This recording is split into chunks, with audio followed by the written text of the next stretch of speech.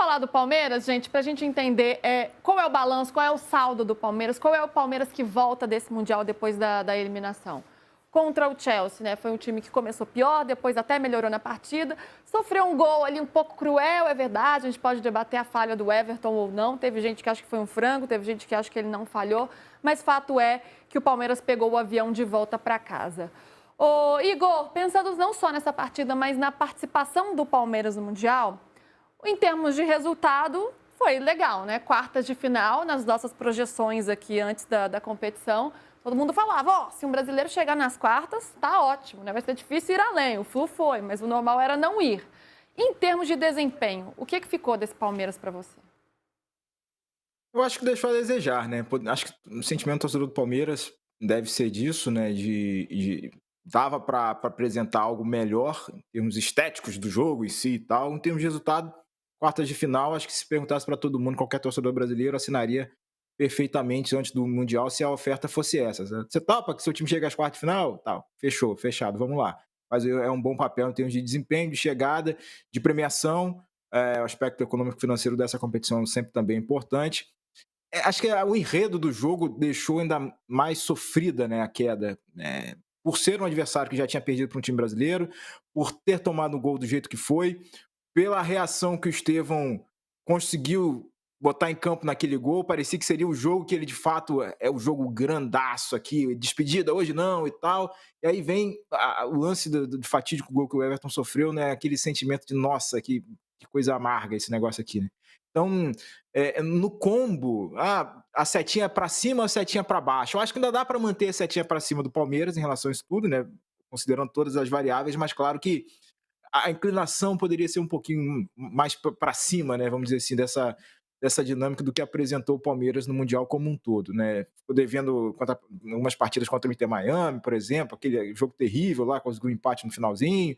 Esse cara da foto aí, Vitor Roque, também voltou, assim, pior do que estava. Então, tem muita coisa para corrigir pensando no Brasileirão, mas eu não consigo tratar um time que chegou às quartas de final como uma campanha ruim, caindo diante de um time europeu, que era a lógica, entre aspas, né? Apesar do Mundial ter subvertido muitas lógicas, mas o Palmeiras chega não tão mal assim, mas com muita coisa para fazer ainda, né? Não tô ficando em cima do muro, não, mas acho que não dá para jogar tudo fora, mas também não dá para fechar os olhos para as necessidades que o time tem para evoluir nessa temporada, agora que vem com a responsabilidade também de mostrar algo a mais no Campeonato Brasileiro para brigar no topo com quem já está lá nesse momento, né? Com o Flamengo, o Cruzeiro, que foi aqui descansando e fazendo os amistosos e tal. Então, tem trabalho para o Abel fazer, mas não dá para jogar fora o que o Palmeiras fez nessa campanha. PVC, eu quero te ouvir sobre este saldo do Palmeiras, mas colocar uma lupa maior sobre o trabalho do Abel. E aí eu aproveito para trazer aqui dois comentários dos nossos chat lovers que estão por aqui, que tem a ver com isso, então eu queria trazer aqui para a nossa conversa. O Felipe Lima, ele fala, o ciclo do Abel está acabando, é hora de pensar numa mudança. E esse é o sentimento de alguns torcedores palmeirenses. Mas não é nem isso. O Everton Lima, ele traz aqui uma pergunta para você. PVC, aí na opinião dele, o Abel sai menor desse Mundial. Para quem achava que ele seria o passaporte dele para algum clube europeu, foi decepcionante. O que você acha? E aí, como avaliar? Não estou falando sobre uma continuidade do Abel, sobre isso não, mas qual foi a sua avaliação sobre o trabalho do Abel nesse Mundial de Clubes? E, de fato, era uma competição importante para ele, não só em termos coletivos, em relação aos objetivos do Palmeiras na competição, mas pessoalmente também era importante, né? O Abel, ele é um técnico histórico aqui no futebol brasileiro, talvez o principal, acho que dá para dizer isso, o principal técnico do futebol brasileiro dos últimos anos, mas ainda não é tão conhecido na Europa, né? Se ele pensava nesse passaporte, como é que ele sai aos olhos do mundo dessa competição? Ele está falando inglês, coisa que Simone Inzaghi não faz. Ele faz o melhor dele, né? Ele falou, I try my best. Coisa que o Simone Inzaghi não faz. Assim, eu acho que o Abel não foi bem no Mundial, o Palmeiras não foi bem no Mundial, o Palmeiras foi bem em termos de classificação, mas não jogou bem no Mundial. O Palmeiras é o único dos quatro que não ganhou de adversário europeu. Enfrentou dois e tomou um ponto só de 6. E o Abel, o que mais? Mas também vamos pensar o seguinte, né? Não vamos ser definitivos em relação a isso, porque o Guardiola não foi bem. O Guardiola caiu nas oitavas. O Palmeiras ficou em 8º lugar no campeonato. o Manchester City ficou em nono. Mas eu acho que o que é mais surpreendente é que o Abel admitiu que errou o plano de jogo 2 vezes, o que dá 40% do jogo. Ele admitiu contra o Inter Miami que ele errou na escalação, e ele admitiu contra o Chelsea que ele foi surpreendido porque o Chelsea entrou com o Cucurella fazendo a saída de 3 e o Gusto entrando como meia-direita. E disse que só conseguiu corrigir isso no intervalo. Corrigiu e jogou um pouco nas costas do Facundo, porque o Facundo não percebeu que ele tinha que atacar o espaço em vez de e deixar o Gusto para ser marcado pelo M. Martinez. E jogou um pouco nas costas do Facundo, mas ele admitiu que errou o plano de jogo. Isso é surpreendente. Pode não ter nem querido dizer isso, mas ele disse. Ele errou. E ele errou em 2 jogos. Admitiu errar em 2 jogos. Dá 40%. Eu não sou eu que estou dizendo que ele foi mal, ele próprio disse. Não tem como você dizer, não, mas o Chelsea vai jogar sempre da mesma maneira. Não, o Chelsea fez saída de 3 com o Cucurella boa parte da temporada. Em outros momentos, não. Em outros momentos, o Cucurella dava largura para o campo e o Gusto sustentava atrás. Mas não é para ser surpreendido, é para você ter entender que o Cucurella vai jogar pela esquerda, ok. Uma possibilidade de ser o contrário. E o time tem que estar preparado para isso, para as 2 situações. Ele não conseguiu preparar. Para mim, o Everton não falhou. Acho que o desvio tirou o Everton completamente da jogada. E aí, Livoca, sobre o Abel, qual é o Abel que sai desse Mundial? Eu acho que dá até para fazer esse contraponto com o Renato, né? Enquanto um sai fortalecido, o outro sai enfraquecido. E eu acho que não é nem só por escolhas erradas que ele fez substituições, até é uma questão de postura mesmo. A última entrevista dele ali ao lado do Estevão, que rola aquele momento bem constrangedor na minha visão, né? Que ele fica ali, fala uma coisinha no ouvido do Estevão e não sei o quê, e aquele momento constrangedor com os jornalistas. No momento em que o jornalista faz a pergunta, o Estevão ri, né, e conversa ali com o Abel. Então, e é o tipo de comportamento que o Abel encoraja. Pegou muito bem em parte da torcida. Né? E é o tipo de comportamento que o Abel encoraja, na minha visão, porque ele costuma ter essa postura um pouco irônica, né, esse sarcasmo nas entrevistas coletivas dele, e no momento que totalmente descabido, onde o Palmeiras havia acabado de ser eliminado, sabe? Sem nenhum tipo de clima para esse tipo de comportamento. Então, para mim, nesse momento, analisando esse contexto do Abel, eu acho que nem só de campo-bola, mas a figura Abel. Eu acho que ele sai enfraquecido na popularidade dele com a torcida também. E se a gente pensar nos nomes do elenco, hein, Igor? Porque a gente vai lembrar aqui, né?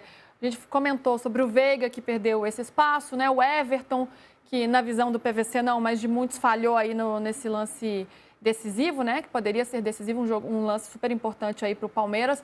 Por outros, você tem o surgimento de alguns, né? O PVC sempre me corrige. É Alan ou Alan, PVC? Eu sempre me confundo. Alan. Não vou mais esquecer. Alan. E o do Botafogo é Alan, não é? Do Botafogo é Alan. Acho que é isso aí. E tem o do Flamengo também, que era do Atlético. Muito Alan e Alan nessa. Alan também. Esse eu sei porque era do Galo. Então, o Alan que vem surgindo e cresce, né? Enfim, o Aníbal, que foi muito bem, foi muito elogiado ali no meio de campo. Para você, quem sobe, quem desce aí entre os jogadores? Só para completar o raciocínio da Lívia ali, em relação a... Rapidinho, PVC, só para completar o raciocínio da Lívia em relação aos técnicos, né? Poderia ser pior. O Renato sai em alta, o Abel tá saindo em baixa e o Renato Paiva saiu demitido. Então tem gente pior do que o Abel Ferreira nesse caso, né? Então só para fazer o balanço dos 3 aí, dos 4, né, que trabalharam lá. O Felipe Luiz cheio de problema para resolver de volta aqui com a crise que o Flamengo consegue gerar internamente, e a gente vai falar um pouco mais adiante disso. Sobre os jogadores, acho que faz parte desse trabalho pós, o PVC vai completar melhor que eu até, mas acho que faz parte desse trabalho pós de acomodar o segundo capítulo da temporada, né, de ver como esses caras se desempenharam no nível mais alto de jogo, né, em tese, né, do que é o Mundial, e o quanto eles podem ser úteis aqui e, sobretudo, num capítulo pós-Estevão. Acho que é muito importante entender como é que o Palmeiras vai se comportar depois dessa saída da referência. Esse moleque tão jovem, mas que já a referência técnica do time, inegavelmente, é ele, em termos de papel de decisão, de criatividade, de fazer algo diferente ou algo inesperado. Já tinha sido o Endrick nas suas características anteriormente, passou a ser o Estevão dentro desse processo aí, e agora o Palmeiras, desse Abel, que tem as suas questões para resolver, vai ter que reunir tudo o que aconteceu nesse Mundial, se Vitor Roque, se Flaco Lopes, se Veiga, se consolidando ali o papel do Aníbal naquela função de volante, se dá a chance ao novato Alan aí para ter mais minutos nessa dinâmica de jogo. Então acho que agora, depois de frigir desses ovos todos, entender o que vai ser útil no Brasileirão e nas competições que vierem, Copa do Brasil, Libertadores e tal. Eu acho que esse elenco do Palmeiras, todo mundo sempre pede muito, né? Reforço, contrato e tal, mas eu acho que tem caldo para tirar. Por isso que a cobrança talvez seja tão alta para o que o Abel pode oferecer, né? Porque pelas peças que ele tem, ainda pode, com o que ele tem, fazer algo melhor, mais vistoso de futebol e algo que seja mais interessante para o torcedor palmeirense dentro dessa temporada. Então, eu acho que vai um pouco nesse caminho, sem tanto individualizar, porque do Palmeiras eu sempre falo muito do coletivo, né? Da força do coletivo, eu acho que é um pouco disso, de entender como é que ele pode reorganizar essas peças com esse segundo capítulo da temporada. PVC, eu preciso ir para o break, você quer complementar? Não, acho que vamos pro break e a gente fala na volta. Vambora. Tá bom. Combinado, então. A gente fala na volta, ou seja, você tem que ficar aí, não pode sair para ir pro break. A gente vai falar também muito sobre o mercado da bola, hein? Do Palmeiras, Ramon Sousa, como é que tá essa situação? Claro, técnico do Botafogo e do Flamengo também. Cola com a gente no YouTube, hein? Tô te esperando aqui. Tamo no YouTube. Meus amores, dá para pedir likes? Dá para pedir não, eu tenho que pedir, né? Dá para vocês deixarem mais like. Santos sempre Santos. Luísa, o que vocês acham de o Palmeiras querer adiar o clássico de domingo contra o Santos? Santos sempre Santos, ele fala, estão com medo? Foi um pedido do Palmeiras, né, para adiar esse jogo válido pelo Campeonato Brasileiro, mas o Santos não quer, não é isso, Igor? Tem informação disso aí, inclusive. Bom essa questão ter surgido agora. Vai ter o assunto do Santos mais para frente, pelo que eu vi aqui na nossa programação, mas a CBF, ela considera que esse jogo não está adiado porque ele não foi marcado. Por mais que haja... Estou trazendo a versão que vem da entidade, tá? O jogo não foi marcado, eles desmarcaram todos os jogos dos times envolvidos no Mundial de Clubes nesse final de semana, né? Agora que seria no dia 12 e 13. Como... Teve uma galera que caiu antes, nas oitavas, Flamengo e Botafogo, os jogos desses dois foram marcados porque tinham um espaço maior aí e tal. Como o jogo do Palmeiras não foi marcado, a CBF não considera que houve adiamento do jogo, mas não foi confirmada a data da partida em momento algum, então não há que se falar na versão deles em adiamento da partida. O fato é que o jogo não vai acontecer. Palmeiras e Santos não vão jogar um contra o outro nesse final de semana, então a volta do próximo jogo do Santos, né, nesse caso é contra o próprio Flamengo, dia 16, e do Palmeiras eu esqueci de momento aqui, não estou com a tabela na cabeça, mas o fato é que não tem essa partida, esse clássico do final de semana, e a CBF usa essa linha argumentativa de dizer, não marcamos o jogo, então não adiamos. Então é um pouco dessa linha que eles estão seguindo. Tá certo o Palmeiras, tá certo o Santos, Livoca? Tá certo o Santos. Cada um tá defendendo o seu ali, mas... eu acho que não dá para mudar mais calendário, enfim. Já tá muito em cima do laço, a gente tá em julho, um monte de competição para acontecer. E aí é uma situação que, obviamente, cada um vai defender o seu lado, mas eu acho que o calendário já está muito apertado. Então, tem que...